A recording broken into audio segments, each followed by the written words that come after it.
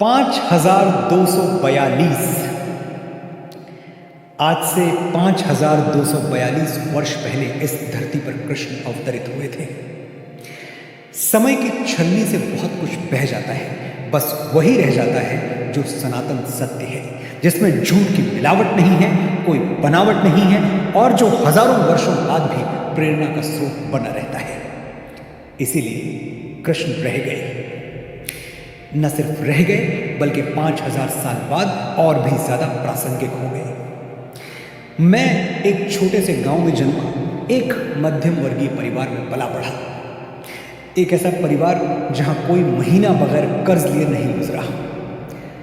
मेरा परिवेश निर्धन था, मैं नहीं, क्योंकि मेरी माँ ने मुझे महापुरुषों की कहानियों पर पाला था, बड़ा किया था। मेरे रोल मॉडल्स सही थे।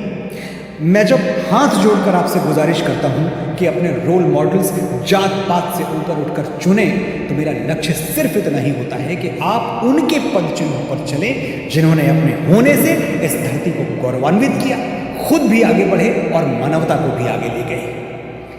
गलत के पीछे चलेंगे तो गलत जगह पहुंचेंगे, सही के पीछे चलेंगे तो सही जगह पहुंचेंगे। बात इतनी सीधी सी है।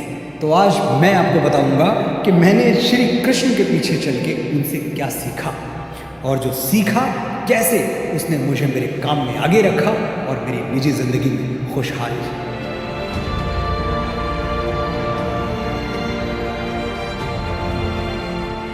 भारतवर्ष में एक राज्य हुआ करता था, प्रागज्योतिषपुर।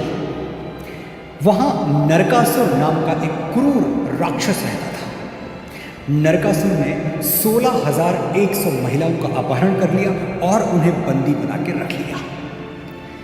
जब ये बात श्री कृष्ण को पता चली तो अपने प्राणों की परवाह किए बिना वो नरकासुर के पास गए और उसको समझाया बुझाया।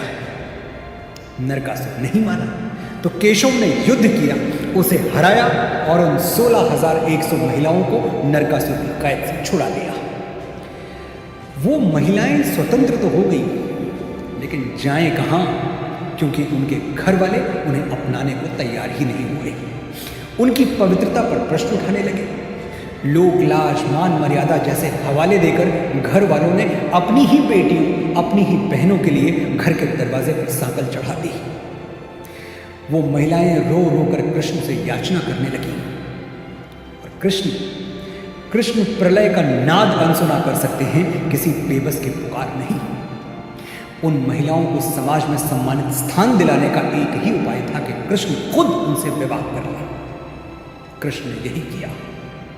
16,100 वरमालाएं अपने गले में पहन ली, लेकिन दाम्पत्य संबंध सिर्फ अपनी अष्टभार्या से रखा। अष्टभार्या यानी कृष्ण की 8 रानियां। ये 16,000 महिलाएं आजीवन उनकी पत्नी बनी रही, लेकिन कृष्ण ने कभी उनके तन और मन पर पति वाला अधिकार नहीं जताया। भारतीय संस्कृति का उपहास उड़ाने वाले जब कृष्ण की 16,000 रानियों की तरफ उंगली उठाते हैं तो वो भूल जाते हैं कि ये विवाह कृष्ण ने अपने व्यक्तिगत सुख के लिए नहीं, उपभोग के लिए नहीं, स्त्री जाति का मान रखने के लिए किए थे। कृष्ण जानते थे कि आने वाला समय आधी अधूरी जानकारी के आधार पर उन्हें आलोचना का पात्र बना सकता है, लेकिन जो आलोचना के डर से सही कर्म करने से पीछे हट जाए वो कोई और होगा, कृष्ण नहीं। कृष्ण पूर्ण पुरुष थे, क्योंकि स्त्री का मान उनके लिए सर्वोपरि था। अर्जुन को उन्होंने कर्णवध का आदेश भी इसीलिए दिया था, क्योंकि जब कौरवों की सभा में दुशासन द्रौपदी को निर्वस्त्र कर रहा था, तब कर्ण चुपचाप देखता रह गया। उसने इस कुकर्म का विरोध नहीं किया। महाभारत के युद्ध में जब कर्ण ने अपने वध को धर्म विरुद्ध बताया तो कृष्ण ने निंदा करते हुए क्या कहा था, याद है? प्रलापी ओ उजागर धर्म वाले, बड़ी निष्ठा बड़े सत्कर्म वाले, सभा में द्रौपदी को खींच लाके, सुयोधन की उसे दासी बता के, सुवामा जाति को आदर दिया जो, बहुत सत्कार तुम सबने किया जो, नहीं वो और कुछ सत्कर्म ही था, उजागर शील भूषण धर्म ही था। बात सीधी सी है, जो औरत का दर्द नहीं समझते, कृष्ण उनको मर्द नहीं समझते। कौन थे कृष्ण? पूर्ण परमेश्वर भगवान विष्णु के अवतार, और गांधारी कौन थी? एक साधारण स्त्री। लेकिन जब गांधारी ने कृष्ण को निर्वंश मरने का, अकाल मृत्यु का श्राप दिया तो कृष्ण ने सर झुकाकर गांधारी का श्राप स्वीकार कर लिया और सचमुच निर्वंश मरे, अकाल मृत्यु को प्राप्त हुए।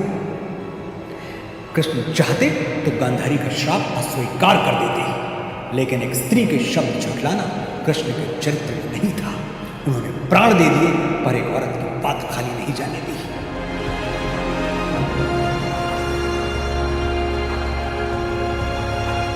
श्री कृष्ण की बुआ का बेटा था शिशुपाल, रिश्ते में कृष्ण का भाई।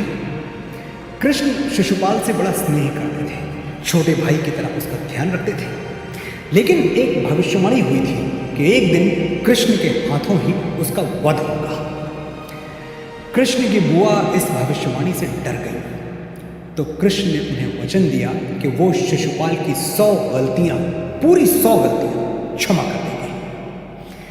शिशुपाल बड़ा हुआ और उसे रुक्मिणी से प्रेम हो गया, लेकिन रुक्मिणी तो कृष्ण से प्रेम करती थी।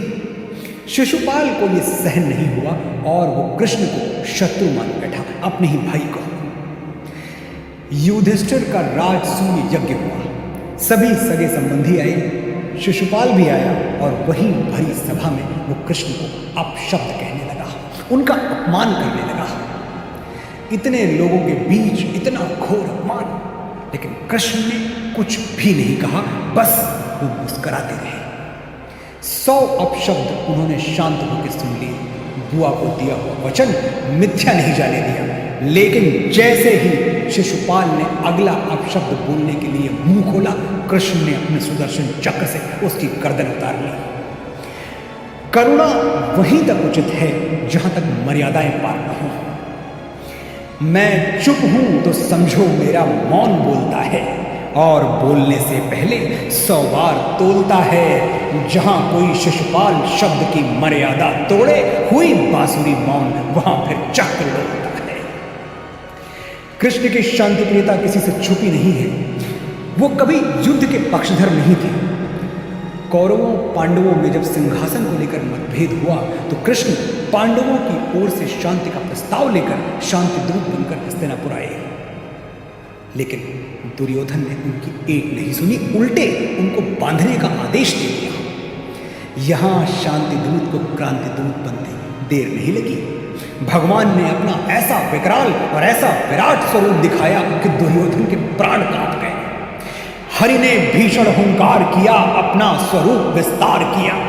डगमग डगमग दिग्गज डोले, भगवान कुपित होकर बोले, जंजीर बढ़ाकर साध मुझे, हाँ हाँ दुर्योधन बांध मुझे। ये देख गगन मुझ में लय है, ये देख पवन मुझ में लय है, मुझ में विलीन झंकार सकल, मुझ में लय है संसार सकल। अमरत्व फूलता है मुझ में, संघार झूलता है मुझ में। अंबर में कुंतल जाल देख, पद के नीचे पाताल देख, मुट्ठी में तीनों काल देख, मेरा स्वरूप विकराल देख। हित वचन नहीं तूने माना, मैत्री का मूल्य न पहचाना, तो ले मैं भी अब जाता हूं, अंतिम संकल्प सुनाता हूं।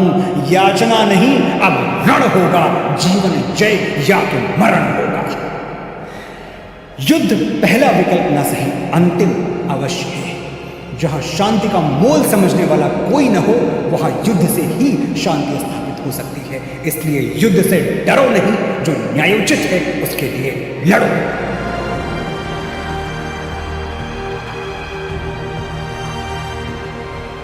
राधा और कृष्ण का प्रेम, प्रेम का सबसे ऊंचा शिखर है। एक ऐसा शिखर जहां दुनिया की धूल और धुआं पहुंच तक नहीं पाता।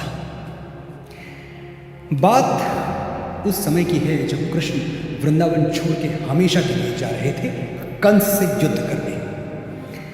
राधा से मिलने आए, अंतिम विदाई लेने आए, तो राधा ने बड़ी आस लगाकर उनसे कहा, मैं तुम्हारे बिना कैसे जीऊंगी कान्हा, मुझसे विवाह कर लो, फिर मुझे भी अपने साथ ले चलो। कृष्ण ने यह सुनते ही अपना मुंह घुमा लिया, राधा की तरफ पीठ करके खड़े हो गए। राधा का दिल टूट गया, वो घायल हो गई, रोने लगी, बोली, मैंने प्रेम को विवाह में बदलने की बात कह के क्या कोई अपराध कर दिया? तुमने तो मुझसे नजर ही फेर ली कान्हा, मेरी ओर देखो तो। और कृष्ण राधा की तरफ मुड़े तो राधा क्या देखती हैं कि वो कृष्ण है ही नहीं, राधा बन चुके हैं। कृष्ण बोले, विवाह दो आत्माओं का मिलन है राधे। विवाह करने के लिए दो लोगों की आवश्यकता होती है, पर मैं और तुम दो कहाँ हैं, एक ही तो हैं। किससे विवाह करूं राधे? अपने आप से। राधा को अपना उत्तर मिल चुका था। जहां कृष्ण राधा तहाँ, जहां राधा तहाँ कृष्ण, न्यारे निमिष न होत कहो समझ करो यह प्रश्न। ये है वो पाठ जो मैंने कृष्ण से सीखे। क्या आपको इन कहानियों से प्रेरणा मिली? आपकी कोई उलझी हुई डोर सुलझी? जीवन के धुंधलके में कोई बिजली चमकी, कोई रास्ता दिखा? कमेंट सेक्शन में लिखकर जरूर बताएं। फिर मिलेंगे। नमस्कार।